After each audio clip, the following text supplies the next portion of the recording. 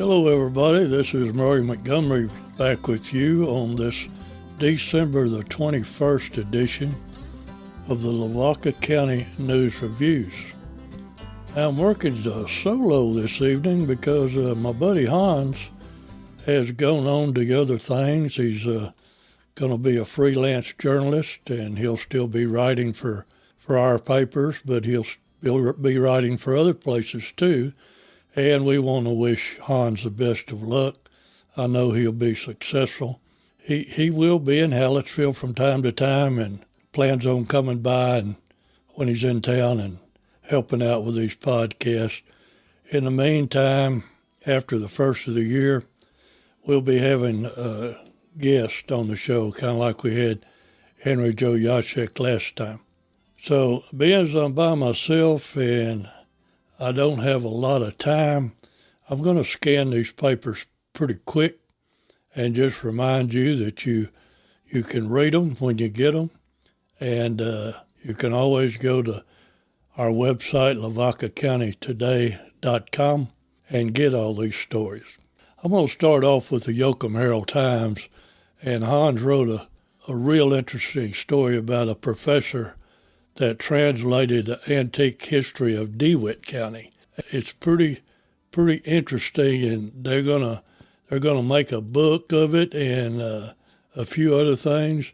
And you need to check this out because it's something that maybe has not been uncovered before. It seems like it's something new. Also in the Yoakum Herald-Times, DeWitt County commissioners heard from a solar power project. They're thinking about some companies coming in possibly and putting up a $540 million solar project in DeWitt County. That's something to look forward to if they get together and get this done. Might be a big thing for DeWitt and Lavaca County in that area. Also, we want to point out Bobby Hariska, our managing editor. He has a story about Elroy Tisch.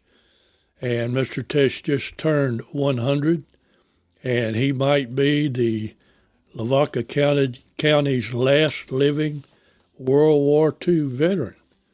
So you need to check that out. It's mighty interesting, and of course we want to thank Mr. Tisch for his service. Now, as far as sports are concerned, I'm going to just invite you to read your paper, read your sport pages, and you'll see articles from Mark Lube and from Chuck Groff. They're covering basketball now, boys and girls basketball. So you need to check that out. I'm going to move over now to the Hallettsville Tribune-Herald. And on the front page, our managing editor, Bobby Hariska, has a story about a fellow has got an antique car, and he's Mr. Furr, and he's been looking for that particular car for a long time. And it's a Cadillac from, I believe it's back in 1973, I believe. And they got a picture of it on the front page right sitting by the courthouse. So you want to read that story. That's real interesting also. And then the big news, too, in Hallettsville is about a woman being shot in a Walmart parking lot. And really there's no information to speak of other than a police press release. But it said the call came in from the hospital 1:50 p.m. on Monday, December 19th. And upon arrival, the officers learned that the female victim reportedly sustained a single gunshot while in the Walmart parking lot. So they searched a lot and this and that, and they really didn't find much of anything.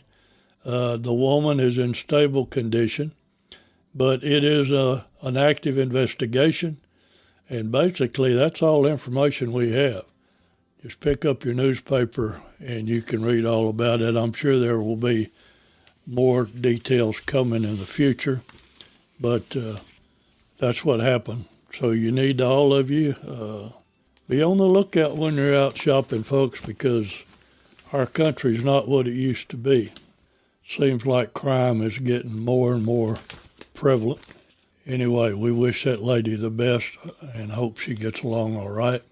Also in the Tribune Herald, the Bobby Huriska has another story about a Warriors weekend in Lavaca County. He writes that more than 50 diehard supporters braved the cold and rain last Saturday evening for the 15th annual Warrior Weekend hunt at the Williams Ranch near Breslau. They had a good time out there, and like I said, you need to read the story. And we always respect and want to thank people that look out after our warriors and those that have been wounded and those that have served. And we appreciate them doing all that for these people. It's a great thing. But anyway, like I said before, you just need to check it out and give it a read. And I think maybe I'm going to give myself a plug if I can find it. On the back page of B section in the Hallettsville paper is my column, and it's the headline says, "From Successful Cattleman to Man Burner."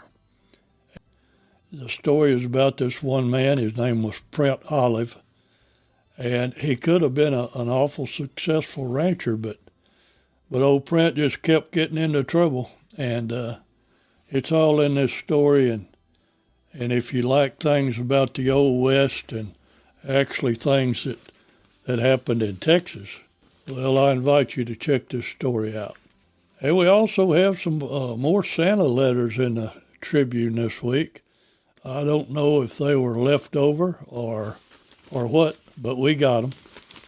You need to check them out and see what the little kids wanted or want for Christmas, and you'll be surprised at some of the things they asked for. One asked for a baby sister, one asked for a baby brother. They like drones. Some of the real young ones, they want iPhones. So there you go, friends. We're living in a different time for sure. And I'm going to move over now. We're going to look at Moulton right quick. Our senior reporter, Jimmy Apple, has a story on the front page of the Moulton paper about the county getting a storm ready rating. Means that they're on top of things, and they say we're storm ready and we are prepared. So you can read that by Jimmy Apple, and we appreciate Jimmy writing this. And Bobby Huriska, our managing editor, wrote a story about fences on the Moulton schools. Said that Moulton schools caught something of a break from the governor's office this month when the state's top official added the non-scalable clause to the new rules regarding fencing around school properties. That's something interesting, especially if you have children in school. You might want to check that out. And we've still got the story that Bobby wrote about Elroy Tesh and his 100th birthday celebration. And Mr. Tesh had shared some of his World War II experiences in Bobby's story. Going inside, we have a story about the Moulton Elementary students visiting the Shady Oak Nursing Home. And the kids went over there and visited with the residents, and turned out well. It was really good. And then also we have a story about the Czech Catholic Foundation of Texas announcing the essay contest winners.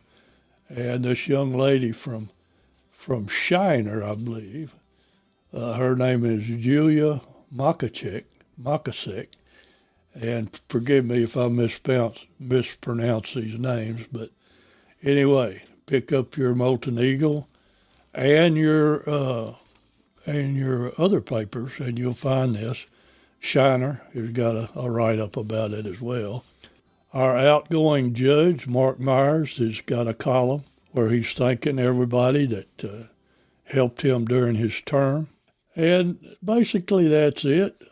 Like I told you before, you need to just go and check out all these papers. And another thing, like from Shiner, I think the big thing over there too is like everybody else, we're getting ready for this big freeze and cold front that's supposed to last several days. It's supposed to roar in here tomorrow evening.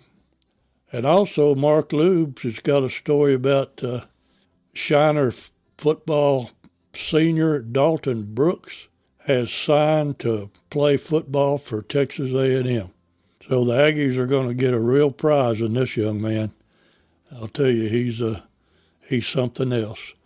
Also in Shiner, we have Christmas gifts that were donated to Texas Legacy Ranch, and Special Brewery makes a donation to the Shiner Junior Livestock Show, and so forth.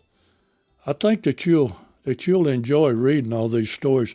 We've got quite a bit of news. It's no way I could cover it all. The sports, like I said before, you need to just check those pages out. Basically, most of it now is, like I said, is basketball, but you need to check it out. And before I go, I want to wish all of you a very Merry Christmas and a Happy New Year. Also want to say that we really enjoyed having Henry Joe Yashik as a guest last week. Henry did an awful good job. I'm sure we'll have him back from time to time, and in the meantime, we'll have other folks. You can be looking forward to that. We appreciate those of you that take the time to listen to these podcasts. And although I'm awful lonely because my good buddy Hans has abandoned me, all kidding aside, Hans he's an outstanding young man, and he'll do well in whatever job that he has or whatever he wants to do. He's got a great future in front of him. But anyway, Merry Christmas to all of you. Drive safe. It's gonna be cold. If you're going out of town to visit relatives or whatever, be sure and take precautions and be sure your vehicle is running okay, and you don't want to get stranded while this is going on. You know, they advise you to carry a blanket and water and extra things just in case you do get stranded. But hopefully that won't happen. But thank you all again, and we'll be talking to you probably next week, or maybe it'll be after New Year's.